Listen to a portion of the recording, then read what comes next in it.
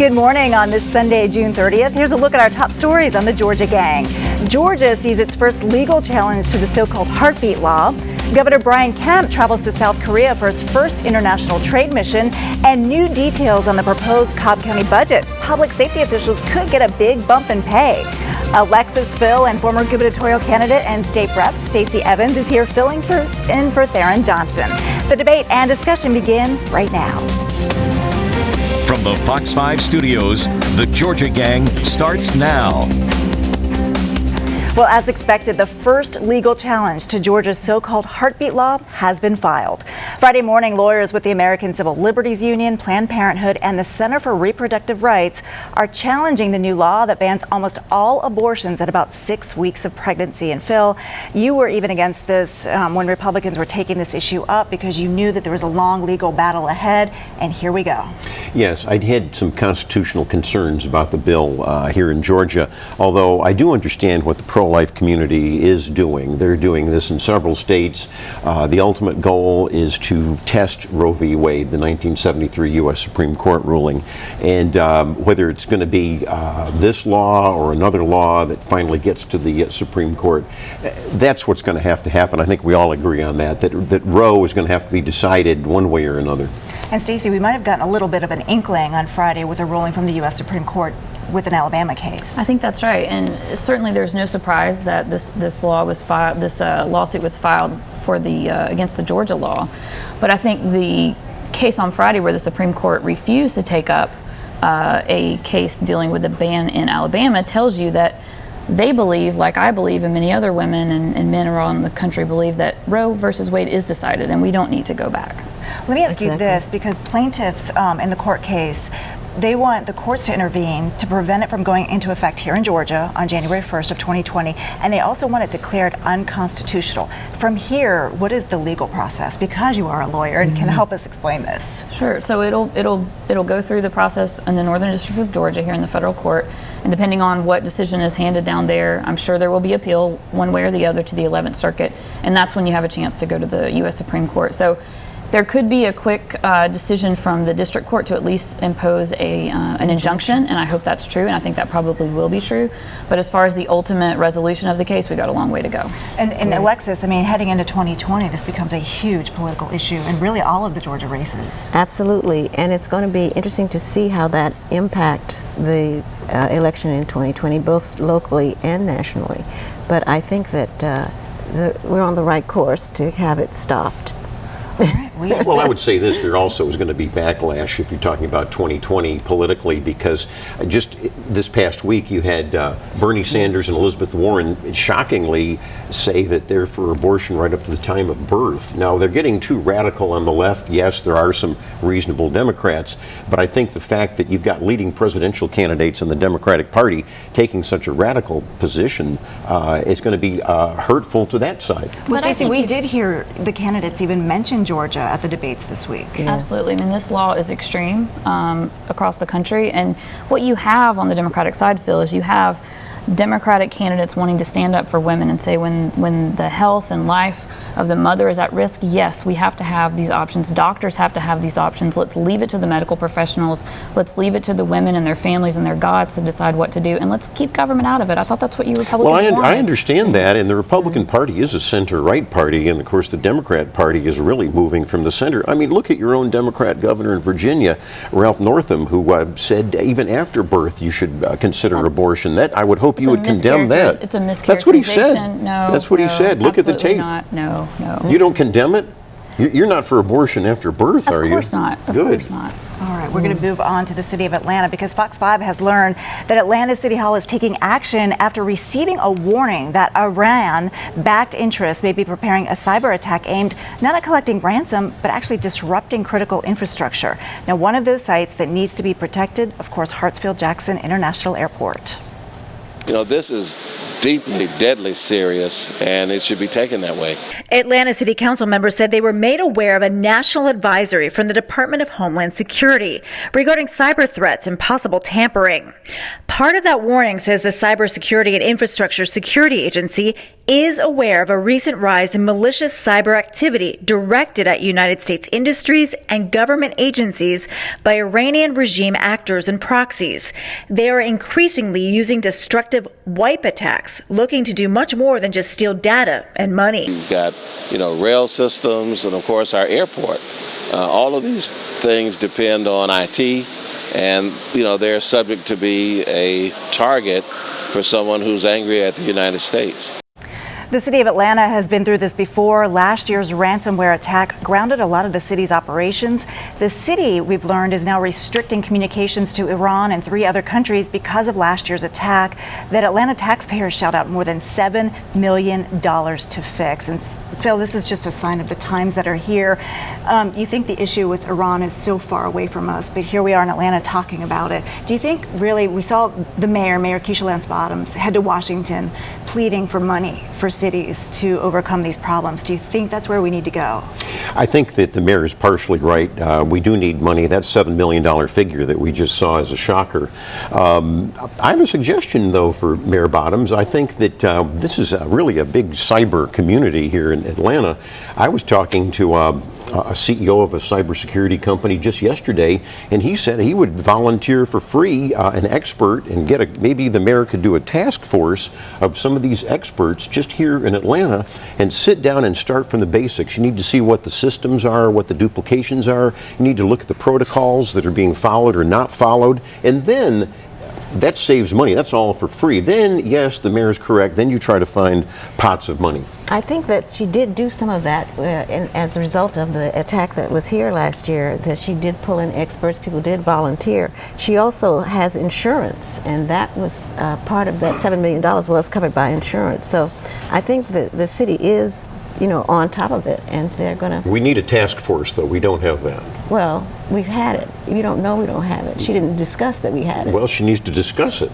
Well, while we're talking about Mayor Bottoms, I want to mention on Friday she endorsed Vice President Joe Biden for president. I think a lot of folks are going to find this kind of shocking. I was surprised by it for sure. Especially after the debate performance, where he looked like a little forgetful.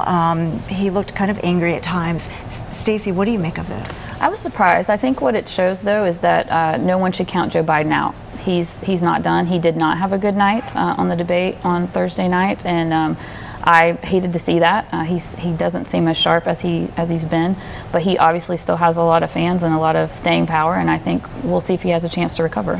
Phil, he's got a lot of friends in Georgia, and I think one of the reasons that the mayor endorsed him was that she thinks he's the one that can beat Donald Trump. Well, I think that's been Biden's big theme, is his electability, although I think that was diminished during the debates this last few days.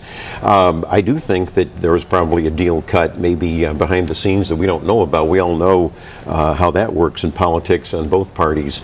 So I think Kamala Harris actually had a great night, and she's, of course, more to the left than Biden, and that'll be the division in the Democratic Party that you'll keep seeing. Of course, as a conservative and a Republican, I love it. Well, I would love to see her run against President Trump, Kamala, because I think she's proven that she can take the fight to the person, or that whoever it is. And I think it would be a great matchup. However, I do think that Joe Biden, it would be a great matchup with President Trump, too. But you said you were surprised because there were a lot of strong women on that debate stage, and for her to come out for Well, I was surprised that she did it in the primary. I didn't understand why she would do that, but that was the biggest surprise to me. If it's between free enterprise on the Republican side and socialism on the Democrat side, the center isn't going to go with socialism. I heard the debates. Not all Democrats are for socialism, thank God, but some of the leading ones are. Oh, that's ridiculous. You ever heard of Bernie Sanders promoting socialism? Bernie Sanders is the only one who uses that word, and you have blown this up into something that's just not real. Look, there are no socialists on that stage. When you have big government tyranny, when you have big spending, when you have high taxation, we have government control, wiping out private insurance. That's insane. That was the issue I wanted to bring up since we're on the debate, and I know this is a national issue, but to hear a lot of the Democratic candidates say that they want to wipe out private insurance, and to see them raise their hands, that's concerning to a lot of people. There were only a couple of candidates who actually endorse that step forward. I think you saw the vast majority of candidates not raise their hand and say that we need to have a Medicare for all option for folks that want to opt into that. But if folks want to keep their private health insurance, they should. And I think Kirsten Gillibrand, I think, made the best point on this, and on a follow-up interview on Friday morning. She talked about how if you have this Medicare option, if Medicare is good, then you will see a diminish in the number of folks that have private insurance, because if the Medicare option is good, they're going to pick it. If it's cheaper, they're going to pick it. And we'll let the free market decide. You're forgetting You did though. mention something, Stacey, that I want to, which is if you have your private health insurance, you can keep it. That reminds me so much of if you have your doctor, you can keep it. It does. Which was a That's not- lie, well, but anyhow. But what about Medicare Advantage, which senior citizens have? That you actually have to choose your private insurance. The liberals never mentioned what they're going to do with that. They probably want to wipe that out. Well, that's the Last whole comment. the point I was going to make, is that that doesn't eliminate private insurance at all if you do Medicare for all, because you always have, it only pays for 80% of your costs, and you can get a supplemental insurance from a private insurer For a lot of money. No, that's not true. That is true. My dad is a lot of money. Anyway, we will revisit this issue, I promise, because it's a good one. But anyway, coming up, Governor Brian Kemp heads to South Korea in search of jobs. Have a question or comment for the Georgia Gang? Email them at georgiagang@foxtv.com. Governor Kemp visits South Korea on his first international trade mission. No surprise, Phil, that this was his first stop. No, and we have good relations, good trade relations, good overall relations with South Korea. It's a prime ally. Of course, Japan is a big trading partner. We have other great trading partners. He's building on the legacy of the last two governors, basically, that have really propelled us to the top state doing business. And Stacey, years ago, I went with Governor Deal on a trade mission to China. It seems like with everything that's going on now with China, maybe Georgia's starting to back off from trying to get big businesses from China here. Yeah, I think it's a good first step for Kemp to go where he did, as opposed to going to China straight out the gate. But I don't know that we should cut off those pathways completely. But bottom line is I think this was a good move for Governor Kemp. I think it gives some positive headlines for Georgia, nationally and internationally, which we need since we created so many bad ones before. And China doesn't have open markets, which is what President Trump and even a lot of Democrats point out. And so I think the focus is correct. Well, with the president putting tariffs on China, it has really caused a kind of a glitch and a bug in a lot of the trade. It's a negotiating tactic. It may be that, but people are having trouble getting their goods from China as a result of that. It People works get both hurt ways. in the middle of this game Well, that our people get president is helped too. playing. There's industries that have been helped by the tariffs too. All right, At what detriment? We're going to switch to Phil's favorite topic. Stacey Abrams was back in Washington this week, testifying before a House Judiciary Subcommittee, saying Congress needs to bring back federal pre-clearance for any voting changes in states like Georgia. Now, Stacey Evans, I want to ask you, you ran against Stacey Abrams, so do you agree that there was voter suppression here in Georgia, and should we see a return of pre-clearance? We absolutely should see a return of pre-clearance, and we need to recognize here in Georgia that our systems are not perfect and they need help. Any elected official should want to make things better and make it easier for folks to vote, and it's clear from the court rulings and from stories that we heard during the election that we're not where we need to be. Should Georgia be treated differently, or should this apply to all 50 states? Well, I always argued that the Voting Rights Act should have applied to all 50 states. It didn't. It targeted mostly southern states and some other subdivisions around the country. What are we talking about here, though, just for the viewers? It's Section 4, an outdated section of the Voting Rights Act. Sections 2 and 3, which are the toughest parts of the Voting Rights Act of enforcement, are still in play. The left never tells you that. The media doesn't ever tell you that generally. This section says that if you have less than 50% registered voters as of November 1st, 1964, then you should still go and have pre-clearance. You don't need, this is not the 1950s or 60s anymore. Thank God. It was outdated. Yeah, thank God we've progressed. There are more people registered in the state of Georgia, including minorities, than ever before. And you can thank Stacey Abrams for that. You can thank Brian Kemp as Secretary of State if you want to be fair. Well, I don't You don't want to be I fair. don't agree with you on that. I don't agree that that's a fair thing to do. What I do think is that she did say that she wanted to apply to all 50 states, not just Georgia.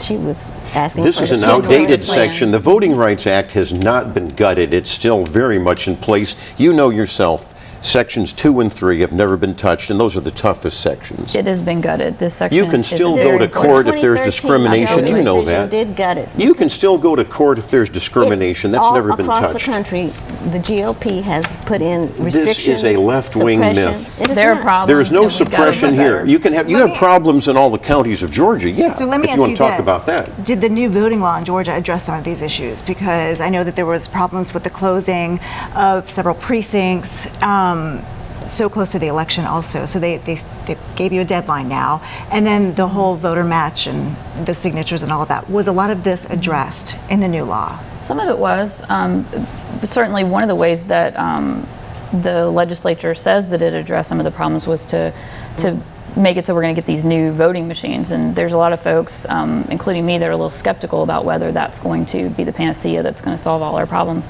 But we've got into a little tiff here, right, at the table. So I want to point out what a great moment there was during the testimony. You saw in a picture in the AJC, I believe it was, Stacey Abrams hugging Doug Collins, who is obviously a Republican representative from up in Northeast Georgia, and he served in the legislature at the time that Stacey Abrams and I were both there, and I thought that was a nice Well, Doug just gesture. said what I said. That was his Yeah. point, too, that this was an outdated provision. Plus, going back, there are problems in all 159 counties. We all have agreed on that. The exact match that was corrected, to answer your point. Also, judges are messing in both Republican and Democrat precincts by taking outdated machines away. That's a problem for both parties. All right, moving on back to Atlanta. The AJC is reporting that the U.S. Justice Department has taken over the handling of an FAA subpoena of records from the Atlanta airport. Phil, part of this is routine auditing. The other is for possible misuse of federal funding by the airport. And we're still into this issue of attorney-client privilege is what they're claiming, and that they don't have to turn over all of these documents. That's right, and of course all of this ties in the general picture to the ongoing federal corruption investigation against what's been going on for just the last 40 years, as opposed, even though it's going on now with the procurement process that's broken at the airport. And so BJ Pack, the U.S. Attorney, is trying to get documents. This is very serious when you're talking about the FAA and federal money and possible misuse. And it's an issue that just doesn't go away, Stacey. Every week we have a different development on the show. Well, it's the first time the airport's gone through one of these financial audits, and I think let's go through the audit process. Let's see what's there and what's not there. And the fact that some documents are being held back for privilege is not new. That happens in any investigation. There's going to be some give and take, and ultimately the federal government will get what it needs to do its investigation, and I'm sure we'll move forward in the way that we need to. You do admit that the procurement process is flawed and it's been a hotbed of corruption. I don't admit that. I admit that Mayor Keisha Lance Bottoms is hearing the concerns that are out there, and she is already talked about rebidding all the contracts. So I think let's let this all play out, and I think we're going to end up in a good place. All right, and Mayor Bottoms rolls out her massive plan on affordable housing. That's coming up. Join the discussion on the Georgia Gang Facebook page and watch past episodes on the Georgia Gang YouTube channel. Mayor Bottoms had a busy week. She also rolled out a major plan on affordable housing, $1 billion in public-private funds, 20,000 units. Stacey, is this realistic? Absolutely, and I commend the mayor for, number one, fulfilling a campaign promise, and for a second point, for doing the hard thing. I mean, this is going to be hard. I mean, she's going to have to deal with legislation with the city council. She's going to have to deal with contractors, private industry. This is going to be a tough lift. And the fact that she's willing to take on the fight shows that she's willing to fight for our city, and I think this is exciting. You know, we've seen some failed instances of affordable housing that was promised. And Phil, you know, do you think some of these developers should be held accountable? Well, that's a good point. You know, this is a cost on developers. I do partially agree with what Stacey said, but I think it might be a bridge too far. I mean, I haven't seen, and none of us have really seen the cost specifics. That's right. I'm glad to hear you even say that. Well, it's a plan in progress, and they're going to work out the details, so that's a good thing. And I do agree that it's wonderful for the city to think about affordable housing, and it's going to be great. And this was one of her campaign promises, Absolutely. So we'll be following it. Now, Cobb County Chairman Mike Boyce is out with his proposed budget with raises for county employees, even bigger raises for public safety personnel. But Phil, some of these folks would rather see kind of a gradual increase of of salaries? Well, we all know when it comes to these local budgets that it's all priorities. And I am glad to see that they're getting bigger raises for public safety. It's past due, especially in Cobb County. We've talked about how they've been hemorrhaging some of their law enforcement to other counties that pay better. So a good first step. And Stacey, you hail from Cobb County. Yeah, Cobb County was behind on its salaries for public safety personnel, so I'm glad this is happening.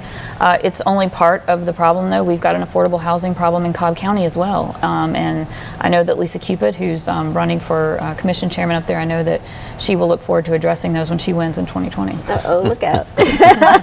Now we're going to switch gears and talk about a topic we don't really address here. Although President Trump's offshore drilling plans are on hold, the Liberty County Commission is taking no chances. Liberty County is the first county in Georgia to pass a resolution against not only offshore drilling, but also seismic testing. And Phil, although many Republicans support this idea of offshore drilling, many of them are now saying, not in my backyard, including Congressman Buddy Carter.